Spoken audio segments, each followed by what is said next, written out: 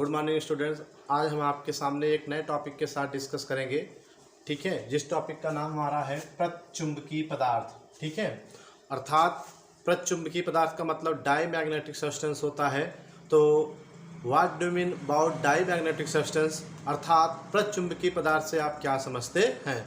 तो आइए इसके बारे में देखते हैं। सबसे पहले डिफिनीशन देखते हैं, फिर उसके बाद कुछ एग्जाम्पल लेकर के हम आपको निकाल के दिखाएंगे कि कैसे आप डाईमैग्नेटिक और पैरामैग्नेटिक अर्थात प्रचुंबकीय और अनुचुंबकीय पदार्थ में डिफरेंस करेंगे। ठीक है, तो जैसे कि आपसे पूछा जाए प्रतिचुंबकीय पदार्थ किसे कहते हैं अर्थात डाईमैग्नेटिक सब्सटेंस किसे कहते हैं, तो इसकी डिफिनीशन है कि वे पदार्थ जो चुंबकीय क्षेत्र में, ठीक है, रखने पर प्रतिकर्षित होते हैं उन्हें प्रतिचुंबकीय पदार्थ कहते हैं। ठीक है, मतलब कि जैसे चुंबकीय एरिया मान लीजिए ये आपके यहाँ पर, ठीक है, ये कोई मैग्नेट, ठीक है, मैग्नेट का मतलब क्या है, चुंबक है।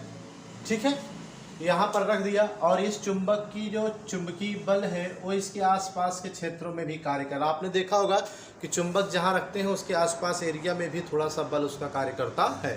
तो यहाँ पर मान लीजिए यक्ष नामक कोई पदार्थ है, ठीक है, यक्ष नामक कोई पदार्थ है। अब यहाँ पर अगर इससे रखते हैं और इस पदार्थ के यहाँ पर रखने पर, चुंबकीय क्षेत्र में अगर रखने पर ये इससे दूर भागे, ठीक है, दूर भागे, चुंबक से दूर की ओर भागे, पास ना बल्कि दूर भागे, ठीक है, तो इसी को कहते हैं क्या, प्रतिकर्षित होना। ठीक है, प्रतिकर्षित होना माने चुंबकीय एरिया से दूर जाना। तो अगर ऐसा कोई पदार्थ है चुंबकीय क्षेत्र में रखने पर ये थोड़ा दूर भाग रहा है, जैसे कि यहाँ पर यक्ष नामक पदार्थ को रखकर आपको दिखाया, तो आप समझ लीजिए कि ये क्या है, ये कैसा पदार्थ है, प्रतिचुंबकीय पदार्थ होगा। ठीक है, तो वहीं पर यहाँ पर कहा जा रहा है कि वे पदार्थ जो चुंबकीय क्षेत्र में रखने पर प्रतिकर्षित होते हैं उन्हें प्रतिचुंबकीय पदार्थ कहते हैं। ठीक है, अब कैसे जानेंगे, आइडेंटिफिकेशन क्या होती है, पहचान क्या होती है प्रतिचुंबकीय पदार्थों की।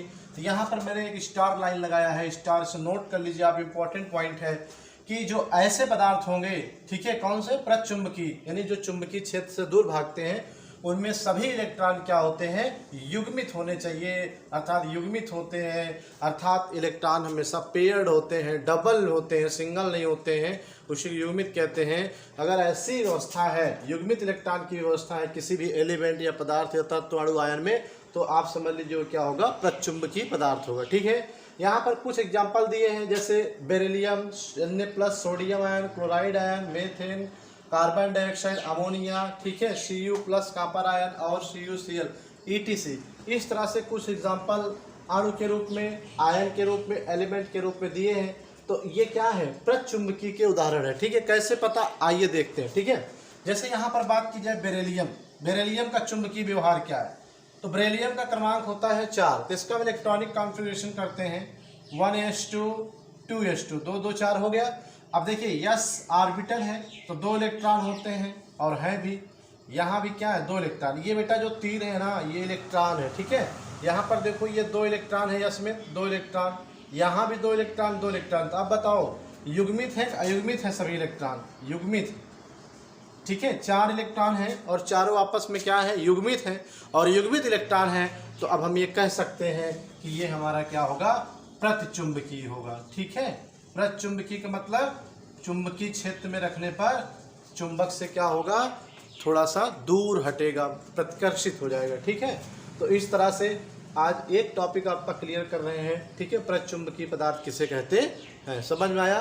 और अगर आपको देखना हो, जैसे मान लीजिए 1-2 एग्जाम्पल और, तो हम आपके सामने उसका भी जो है यहाँ पर डिनोशन कर रहे हैं, देखिएगा। इसके अलावा मान लीजिए हम इसमें ले रहे हैं ये ले रहे हैं, ठीक है, एक और लेते हैं कार्बन डाइऑक्साइड। ठीक है, अब इसमें कैसे इलेक्ट्रॉन चेक करें, युग्मित है का युग्मित है, तो इसकी पहली संरचना बनानी पड़ेगी, C डबल बॉन्ड O। ठीक है, CO2 अर्थात कार्बन से दोनों ऑक्सीजन क्या है, जुड़े हैं। चूंकि कार्बन के बाहर 6 इलेक्ट्रॉन होता है, ठीक, सॉरी, कार्बन के बाहर 4 इलेक्ट्रॉन होता है और ऑक्सीजन के बाहर कितना होता है, 6। तो 4 इलेक्ट्रॉन में कार्बन ने क्या किया, 2 इलेक्ट्रॉन इधर साझा कर लिया, 2 इलेक्ट्रॉन इधर साझा कर लिया। ठीक है, तो इसके पास 4 में 2 साझा, इधर 2, पूरा खत्म हो गया। मगर इलेक्ट्रॉन ऑक्सीजन के पास 6 थे, 6 में देखिए यहाँ पर 2 साझा किया तो 4 बचा है। ये जो बचा है इसे नॉन बॉन्डिंग इलेक्ट्रॉन कहते हैं, अनाबंधी इलेक्ट्रॉन।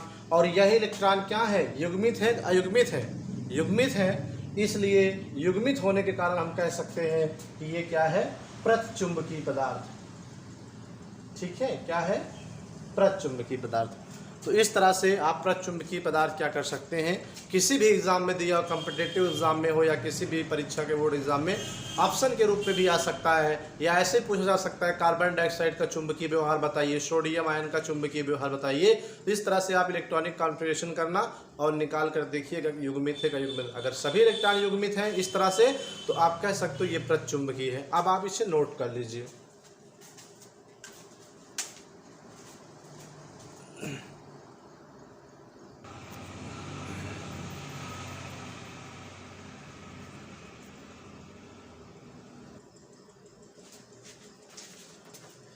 चलिए, अब आप लोगों ने प्रतिचुंबकीय पदार्थ को नोट कर लिया होगा। अब हम चलते हैं दूसरे टॉपिक पर। ठीक है, दूसरा टॉपिक जो हमारा है वो क्या है, अनुचुंबकीय पदार्थ है, अर्थात पैरामैग्नेटिक सब्सटेंस। ठीक है, किसे कहते हैं, तो अनुचुंबकीय पदार्थ का मतलब होता है, ठीक है, जैसे कि अभी इसके पहले वाले प्रतिचुंबकीय में देखा कि चुंबकीय क्षेत्र में प्रतिकर्षित होते हैं अर्थात दूर भागते हैं, जस्ट उसका अपोजिट कर दीजिए।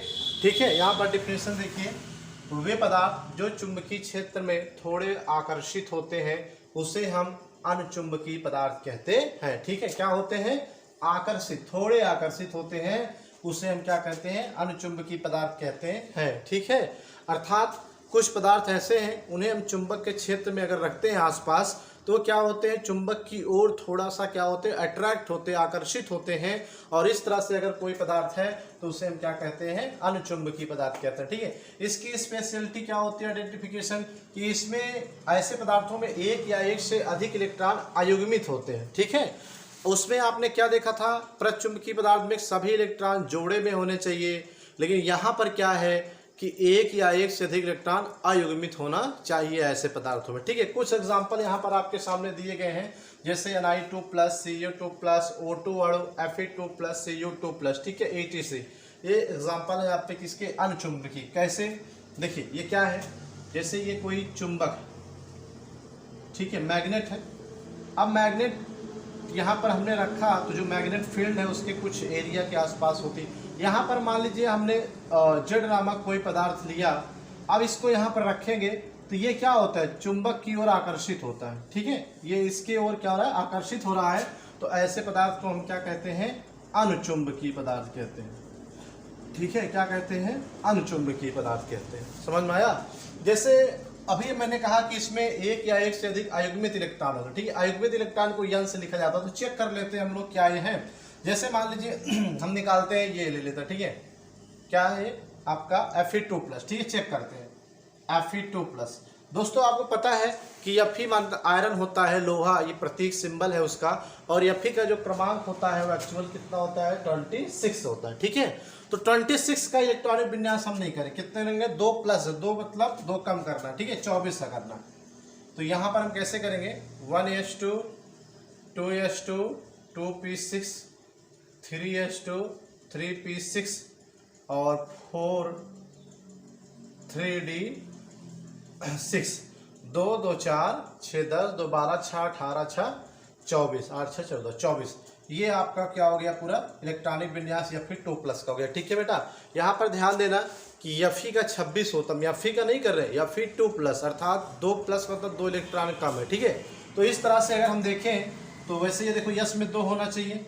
ठीक है, 2 इलेक्ट्रॉन है, यहाँ भी यस में 2 होना चाहिए, 2 इलेक्ट्रॉन है। पी में 6 होते हैं।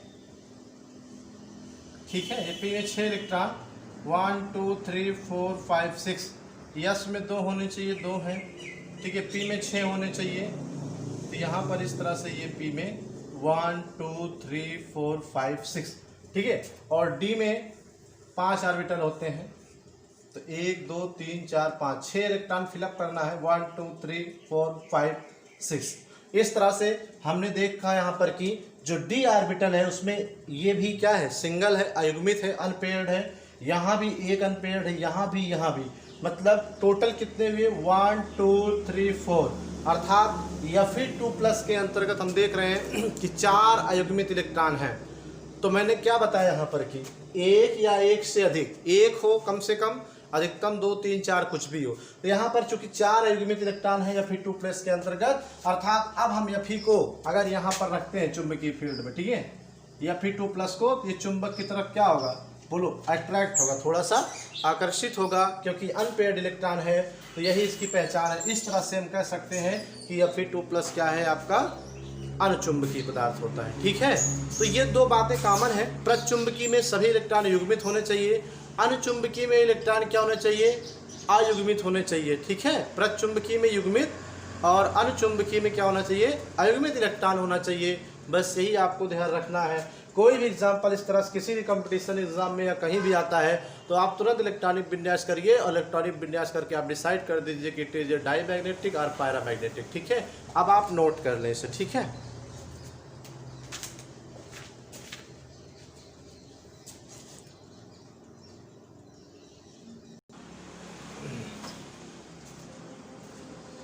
तो इस तरह से आज के इस टॉपिक में हम लोग 2 टॉपिक पढ़ा, प्रचुंबकीय और अनुचुंबकीय। आपको हम इस टॉपिक के अंत में, यदि आपको समझ में आ गया तो एक क्वेश्चन देते हैं, एक चैलेंज देते हैं, आप सॉल्व करिए और कमेंट बॉक्स में उसका उत्तर जरूर दीजिएगा। ठीक है, जैसे मान लीजिए आपसे पूछ लिया गया, कह दिया गया O⸻⁻, अर्थात ऑक्साइड आयन है। ठीक है, क्या है, ऑक्साइड आयन है, तो इसका क्या करना है।